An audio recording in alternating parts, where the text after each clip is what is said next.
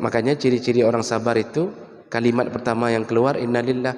Di hari pertama dia tahu air mata boleh mengalir, hati boleh berdetak kencang, tapi akal, otak itu tetap harus sehat. Tetap harus terima engkau telah ambil anakku ya Allah. Kalau perlu tingkatkan dari sabar menjadi syukur.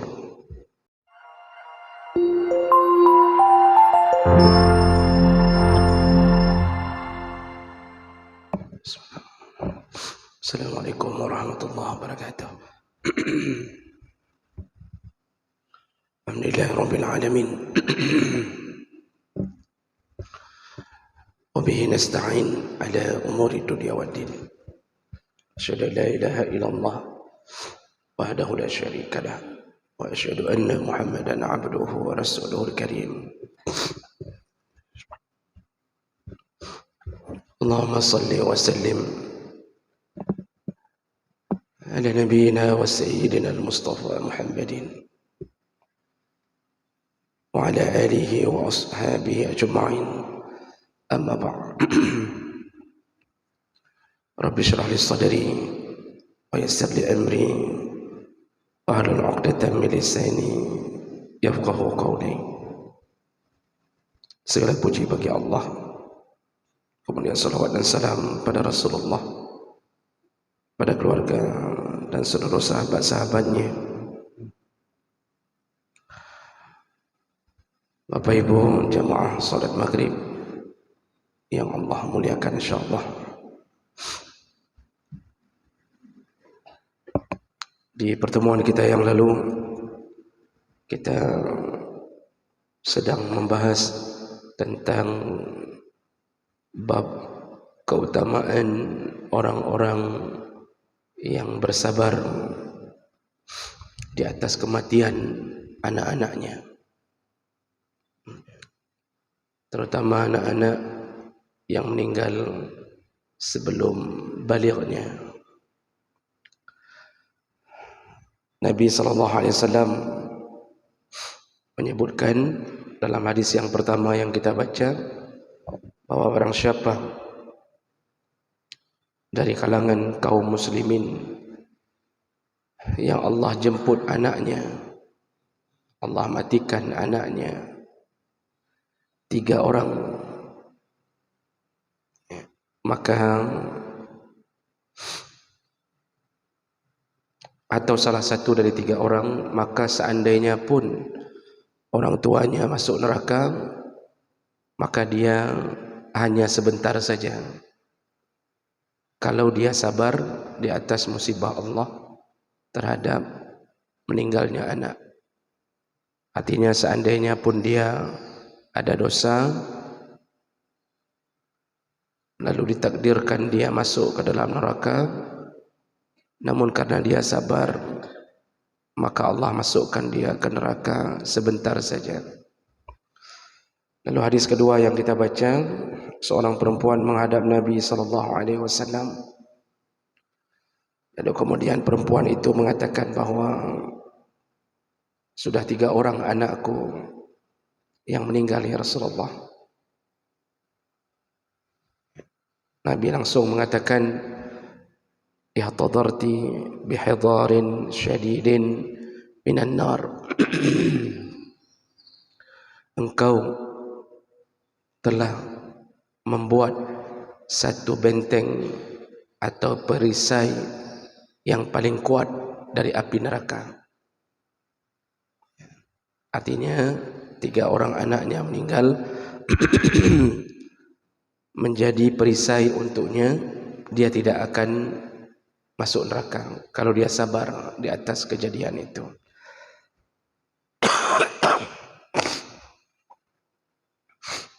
Baik, kita sambung.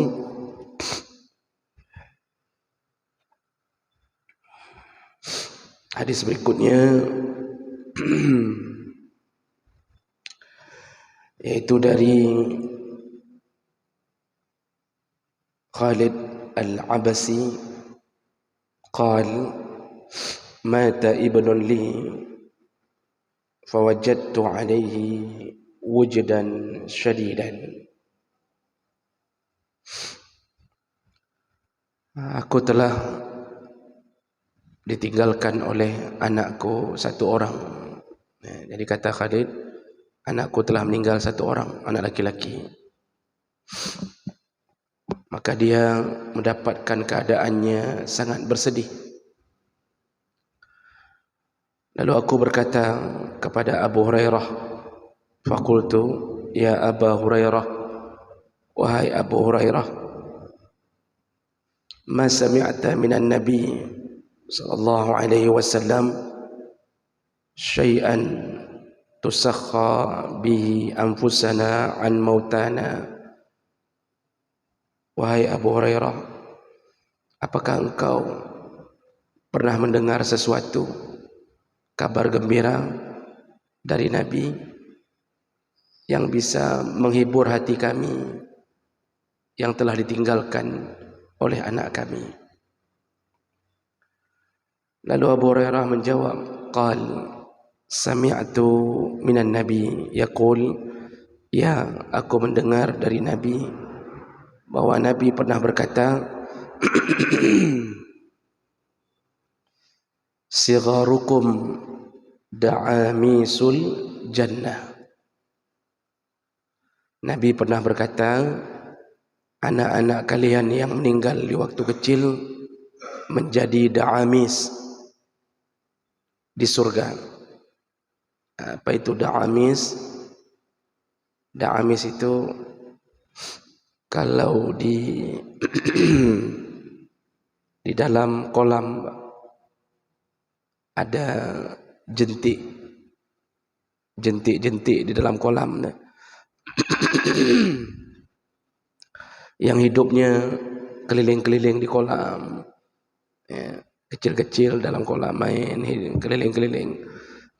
Maka Nabi membahasakannya dengan da'amis, anak-anak kalian yang duluan meninggal di waktu kecilnya menjadi jentik-jentik di surga. Maksudnya dia sudah ada di surga, lalu kemudian dia bermain-main di surga sebagaimana jentik-jentik bermain-main di kolam.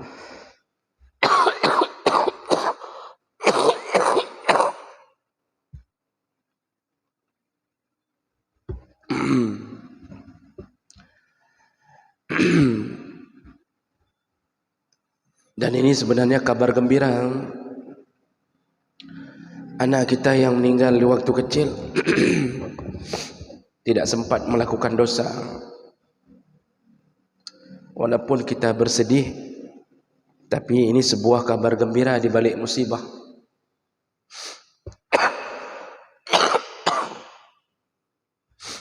Setiap musibah yang Allah beri pasti ada sebuah kebaikan yang Allah inginkan. Semakin besar musibah itu, semakin besar ganjaran Allah. Meninggal anak ini menyedihkan.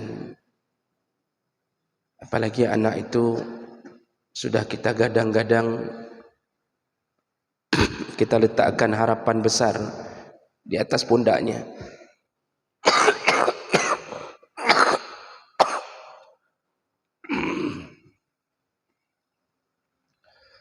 Apalagi kalau satu-satunya anak laki-laki. Kita sudah berbisik-bisik dengan isteri kita, insya-Allah anak kita yang laki-laki ini nanti jadi pembela keluarga.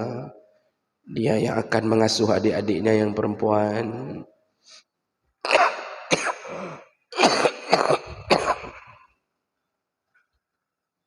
Dan dia yang akan mencari nafkah untuk kita.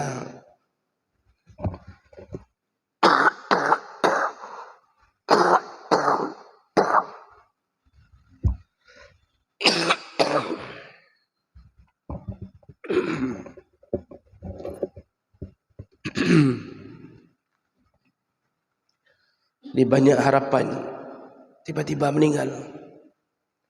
Jadi bayangkan bagaimana perasaan orang tuanya. Tapi kita terima ketentuan Allah ke atas kita. Disitulah Allah beri kemuliaan anak kita itu yang meninggal sebelum baligh. Mereka menjadi jentik-jentik di dalam surga, bermain-main, sampai kapan? Sampai orang tuanya datang ke pintu surga dan mereka menjemputnya. Berarti nanti kita bertemu kembali dengan anak-anak kita itu. Perpisahan di atas dunia hanya perpisahan sementara. Dipastikan kita akan bertemu dengan anak-anak kita kembali. Kemudian dalam hadis yang lain, hadis dari Jabir bin Abdullah,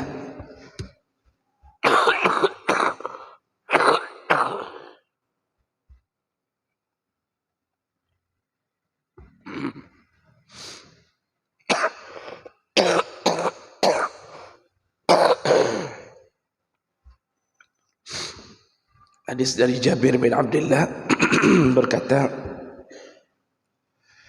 sami'tu Rasulullah sallallahu alaihi wasallam yaqul, aku pernah mendengarkan Rasulullah berkata, man mata lahu salasatun minal walad, barang siapa yang anaknya meninggal 3 orang di waktu kecil, fa'ahtasabahum dakhalal jannah, dan dia bersabar, maka dipastikan orang tuanya pun masuk surga. Kalau meninggal 3 orang. Qulna, lalu Jabir bertanya, ya Rasulullah, wa isnani, bagaimana kalau yang meninggal cuma 2 orang? Qal, Rasulullah menjawab, wa isnani, yang meninggal 2 orang pun orang tuanya masuk surga kalau sabar. Lalu Jabir melanjutkan, wallahi ara law qultum wahid, seandainya kalian bertanya kembali ke Rasulullah, bagaimana kalau yang meninggal 1 orang? Qal laqala ana adunnuhu wallah, maka aku yakin Rasulullah menjawab dengan jawaban yang sama. Jadi para sahabat ingin mengatakan bahwa siapapun yang meninggal anaknya dengan jumlah berapapun, kalau dia sabar, orang tuanya masuk surga. Berikutnya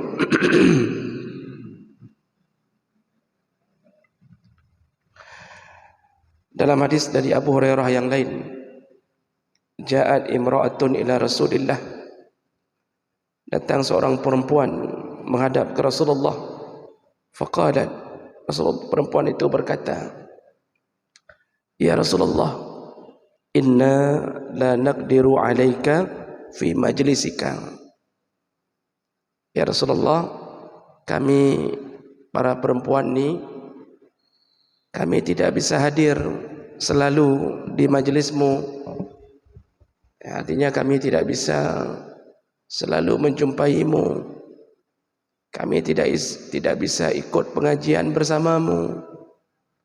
Kata si perempuan, fawa'idna yawman na'tika fihi, buatlah sebuah janji dengan kami, kapan kami bisa bersamamu. Artinya karena kami enggak selalu bisa bersamamu di masjid, maka buatlah janji kapan kami perempuan bisa berkumpul untuk mendengarkan nasihatmu ya Rasulullah. Faqal, Rasulullah berkata, mau'idukunna baitu fulan, berkumpullah di bait si fulan. Ada yang mengatakan Bait Fulan itu Baitul Arqam, rumahnya Arqam. Jadi perempuan-perempuan disuruh berkumpul di satu tempat untuk mendengarkan nasihat Nabi sallallahu alaihi wasallam. Kalau yang laki sudah biasa di masjid. Faja'ahunna lizalikal wa'di. Maka berkumpullah para perempuan di hari yang telah ditentukan oleh Nabi sallallahu alaihi wasallam. Wa kana fima haddasahunna. Nah, ketika sudah berkumpul, nasihat Nabi kepada mereka adalah ma min kunna imra'atun yamutu laha salasun minal walad fatahtasibuhum illa dakhaltil jannah. Jadi nasihat Nabi kepada semua perempuan, siapapun di antara kalian wahai perempuan yang punya anak, lalu Allah cabut nyawa anaknya, 3 orang, lalu engkau bersabar di atas musibah itu, illa dakhaltil jannah, maka dipastikan engkau masuk surga. Jadi maksudnya bukan anaknya pasti masuk surga. Kalau anak memang sudah jatah surga karena mereka meninggal dalam keadaan fitrah, belum baligh. Tapi yang dipastikan masuk surga ibunya. Faqalat imra'atun, lalu ada seorang perempuan lain bertanya, au isnani, bagaimana yang meninggal kalau cuma 2 orang ya Rasulullah? Qala au isnani, 2 orang pun ibunya masuk surga kalau sabar. Jadi ini nasihat Nabi kepada para ibu-ibu perempuan untuk bersabar kalau diberi musibah meninggalnya anak. Kenapa nasihat Nabi ke ibu-ibu langsung ini?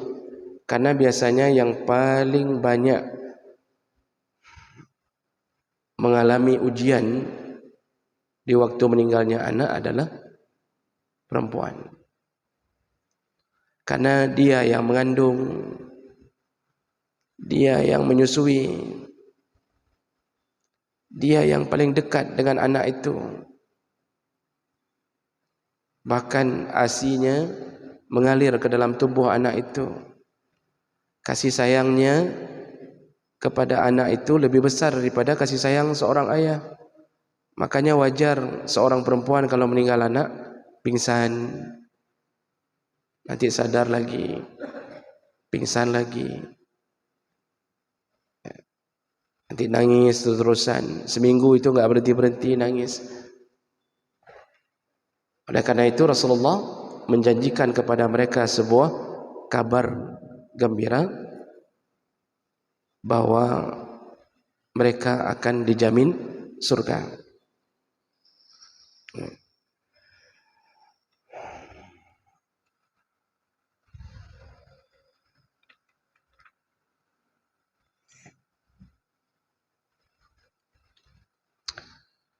Nah, jemaah bukan Allah Subhanahu wa taala,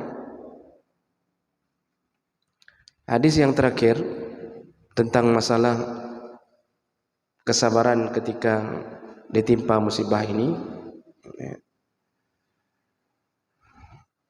yaitu Rasulullah sallallahu alaihi wasallam juga pernah mengatakan, barang siapa yang ditimpa musibah dengan meninggalnya anaknya 3 orang yang belum mencapai umur baligh, adkhalahullah wa iyyahum bi fadli rahmatihi al-jannah, maka Allah masukkan anak itu beserta orang tuanya ke dalam surga.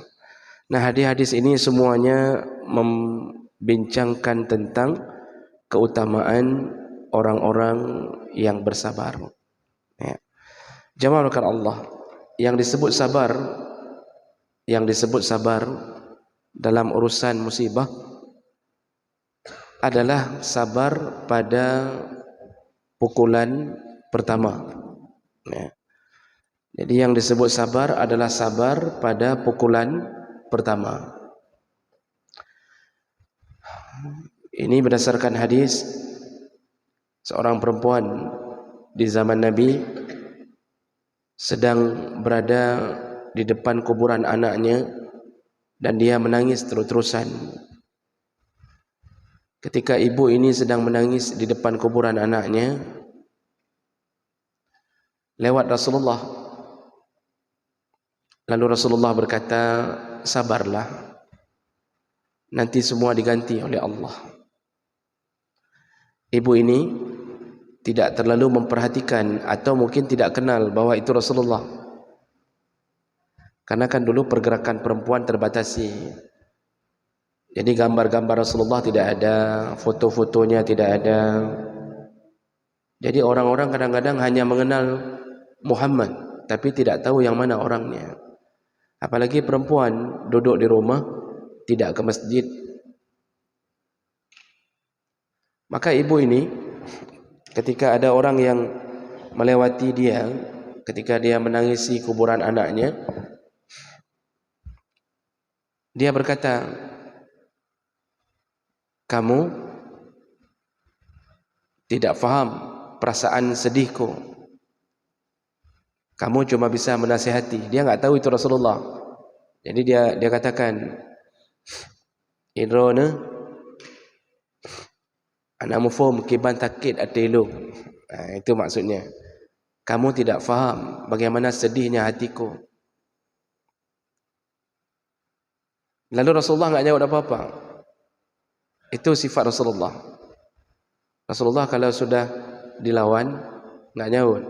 Mungkin kalau kita seperti itu, kita nasihati, lalu dia bilang, ajak ke dia, nama pu gop dengan sedih, orang sedang sedih, kamu nasihat, kamu enggak faham kayak mana sedihnya kami.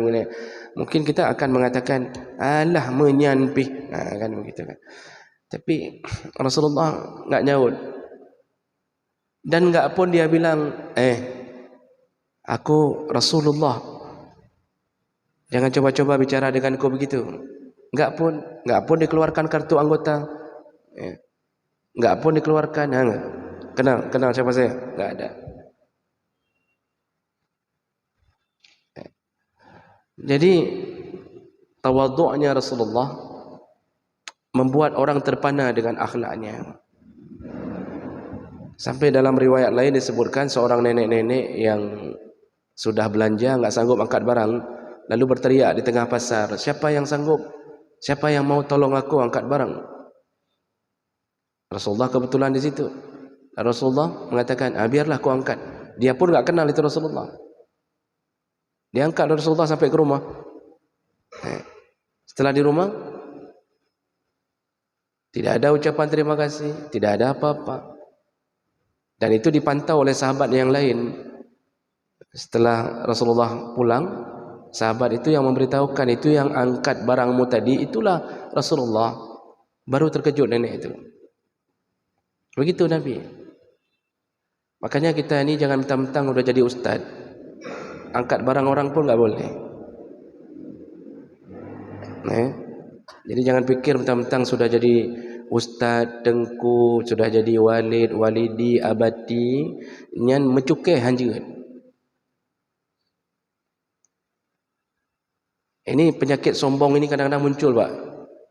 Orang yang merasa dirinya berilmu, penyakit yang paling parah adalah sombong. Kalau datang ke walimah, itu harus dihidang. Kalau enggak dihidang, ngambek. Pulang dia. Masa tidak hormat. Itu sering sekali penyakit itu. Seakan-akan kalau ngantri untuk bawa piring dengan tisu, itu malu sekali rasanya. Sang aib tak seakan-akan terhina sekali. Kalau ustaz datang ke walimah, pegang piring, ada tisu, pakai sendok, malu sekali ngantri. Apa malunya? Di mana aibnya? Biasa aja. Yang aib kalau pergi makan enggak colok amplop, itu aib. Walaupun enggak dosa. Jadi enggak usah menaikkan pundak di atas orang. Karena pakaian yang kita pakai pun ketika mati tidak dibawa. Jadi enggak usah merasa bahwa kita lebih di atas manusia yang lain. Kebetulan saja Allah beri kemampuan membaca kitab, bisa bahasa Arab. Tapi janganlah itu menjadi penyebab untuk sombong. Rasulullah itu sudah dijamin surga, tapi tidak pernah menampakkan kerasulannya kecuali dibutuhkan untuk melemahkan orang-orang kafir.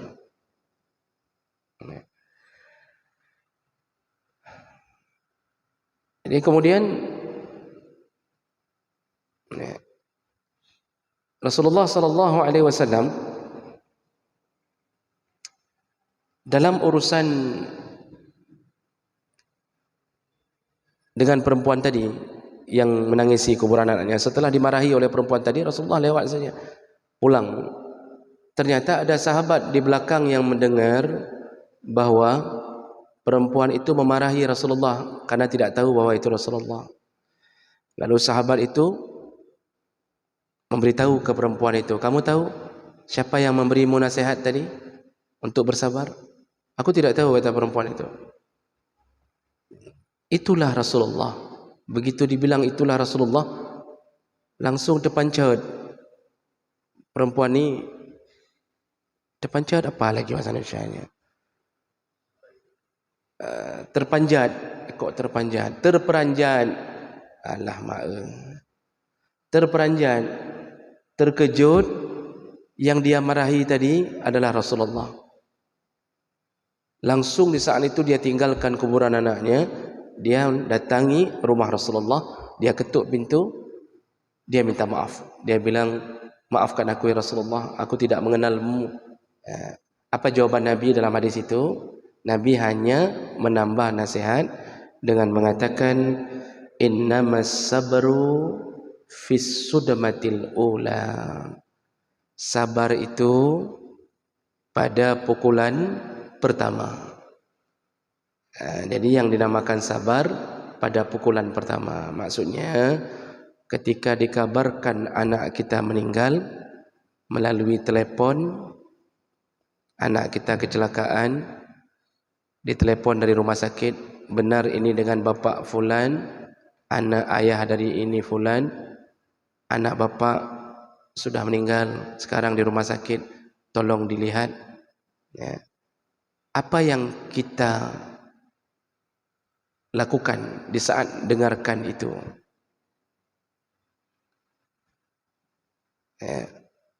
Kalau kita langsung tidak terima, mana mungkin, tadi pagi dia di sekolah sehat-sehat saja, tak mungkin nih, kamu bohong, pasti kamu pembohong ya, begini ya.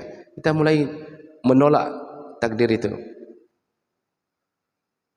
Lalu kita mulai mencaci-caci. Orang itu mencoba meyakinkan benar anak bapak ini sudah meninggal. Lalu dikirimkan KTP yang di dompet dia atau dikirimkan fotonya. Kita tidak terima. Itu tidak disebut sabar. Kita baru terima hari ketiga. Udah capek nangis, udah capek meratap, udah capek naik-naik ke atas genteng, udah capek terbang sana terbang sini, pingsan ada 1500 kali, baju kita robek-robek, rambut kita cakar-cakar, udah capek. Hari ketiga baru kita bilang sama orang, "Saya sudah terima, saya terima semua ketentuan Allah." Itu udah capek itu, Pak. Udah lemih dia. Itu tidak disebut sabar. Itu yang perlu kita tahu. Itu enggak disebut sabar. Sabar pada pukulan pertama. Begitu dikasih nampak foto anak kita meninggal, ini mayatnya, langsung terucap, "Alhamdulillah, inna lillah wa inna ilaihi raji'un." Begitu dapat kabar, langsung serahkan diri pada Allah. Allah mengatakan, "Wa iza asabathum musibah qalu inna lillah wa inna ilaihi raji'un." Kalau itu yang kita ucapkan langsung, ulaika alaihim salawatun min rabbihim, maka mereka langsung mendapatkan doa keselamatan dari Tuhannya. Makanya ciri-ciri orang sabar itu, kalimat pertama yang keluar innalillah. Di hari pertama dia tahu, air mata boleh mengalir, hati boleh berdetak kencang, tapi akal, otak itu tetap harus sehat. Tetap harus terima, engkau telah ambil anakku ya Allah. Kalau perlu tingkatkan dari sabar menjadi syukur. Nah, ini level paling tinggi menerima musibah. Dia ada level, kalau kata para ulama, level pertama itu sabar. Orang yang bisa menerima ketentuan Allah, level pertama sabar. Sabar itu artinya dia mau tidak mau dia terima, walaupun hatinya merasa ini kok kayak gini kejadiannya, kenapa enggak anak orang lain yang batat-batat itu aja, kenapa anak saya yang jamaah selalu yang diambil Allah, tapi dia tahan. Itu sabar namanya. Hati main terus tapi dia tahan, itu sabar. Level kedua naik, yaitu ridha. Ridha itu hatinya, lisannya menerima. Enggak dikacaukan dengan keadaan seharusnya kan enggak kayak gitu. Enggak dikacaukan dengan itu, dia terima. Itu level kedua, ridha. Tapi yang paling tinggi level orang menerima musibah adalah naik ke syukur. Di atas ridha, dia bersyukur di atas apa yang Allah beri di atas musibah. Seperti dia mensyukuri nikmat. Kalau kita dapat gaji, Pak, kan terucap alhamdulillah, KTB gaji alhamdulillah, udah keluar uang alhamdulillah.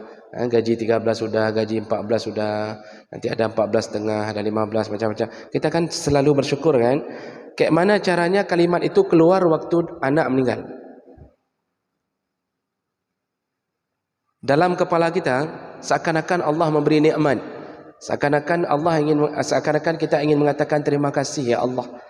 Engkau mencabut nyawa anakku sebelum dia mendurhakaiku. Terima kasih ya Allah, engkau mencabut nyawa anakku sebelum sempat dia berbuat dosa. Terima kasih ya Allah, engkau telah mengambil anakku sebelum dia bermain game judi online. Sebelum dia pacaran. Dalam kepala kita kayak mana caranya berterima kasih? Orang Aceh kan sering keluarkan kalimat untung. Untung itu bagus, Pak. Anak ada 5, meninggal 1, untung baru 1. Meninggal 2, untung baru 2. Meninggal istri, untung meninggal. Kalau enggak meninggal enggak bisa kawin lagi. Itu contoh. Tapi enggaklah ke situ arahnya, kan. Orang Aceh itu banyak bersyukurnya, tapi dia bersyukur itu baru diberi pahala kalau diiringi dengan ilmu. Makanya salah satu kelebihan orang yang bersyukur di atas meninggalnya anak, itu langsung orang tua itu dibuatkan rumah di surga. Karena ada hadis yang menyebutkan ketika malaikat mencabut nyawa anak dari seorang hamba Allah, malaikat lalu menghadap Allah. Allah bertanya, ini hadis dari Nabi sahih, Allah bertanya kepada malaikat, aqabatta ruha abdi, engkau telah cabut nyawa seorang hambaku? Kata malaikat, benar ya Allah. Ditanya lagi, aqabatta ruha samrata fuadi abdi, yang engkau cabut nyawa anak buah hati dari seorang hambaku? Benar ya Allah. Jadi yang dicabut nyawa seorang anak atau buah hati dari seorang hamba, anak-anak.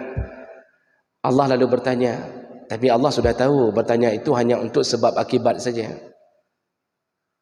Allah tanya, ketika engkau cabut nyawa anaknya, dia bilang apa? Famaza yaqul, malaikat ini melapor, dia memujimu ya Allah, yahmaduka, dia ucapkan alhamdulillah. Jadi ketika dia dengar kabar anaknya meninggal, dia ucap alhamdulillah. Wastarja', baru dia mengucapkan inna lillah wa inna ilaihi raji'un. Jadi duluan alhamdulillah, baru innalillah. Lalu Allah berkata kepada malaikat, kalau itu yang dia ucapkan, Padahal Allah sudah tahu itu. Maka pergilah engkau ke surga, langsung kapling, buat kapling untuknya di surga, lalu buatkan rumah, tulis spanduk di depan pintu surga itu dengan nama Baitul Hamdi, yaitu rumah puji-pujian. Makanya semua yang bersyukur di atas musibah yang Allah beri, dibuatkan rumah di surga Allah. Nanti kita masuk disambut dengan spanduk tertulis Baitul Hamdi, rumah puji-pujian. Karena kita dalam musibah pun masih muji Allah. Ini Pak, anehnya hari ini kalau kita ucap Alhamdulillah anak kita meninggal, dibilang kapungo Pak. Saya ditelepon, Pak, anak bapak meninggal. Alhamdulillah. Apa kapungo? Sangka stres kan. Itu enggak sanggup tahan tu dia tu. Kayaknya stres dia tu. Padahal itulah kalimat yang paling baik. Setelah itu baru innalillah. Berbeda kalau istri meninggal suaminya yang tukang selingkuh. Alhamdulillahnya memang betul-betul alhamdulillah. Ibu, suami ibu meninggal. Alhamdulillah, mati juga babi itu katanya. Itu betul-betul alhamdulillah berarti. Hai but mabuk judi enggak semayang, itu betul-betul alhamdulillah. Kalau ini tidak, anak disayanginya diambil Allah, alhamdulillah dapat rumah di surga. Dengarnya enak kan Pak? Oh begitu ya, Masya Allah. Waktu kena musibah enggak sanggup juga kita tahan kadang-kadang. Inilah iman, inilah tingkatan iman.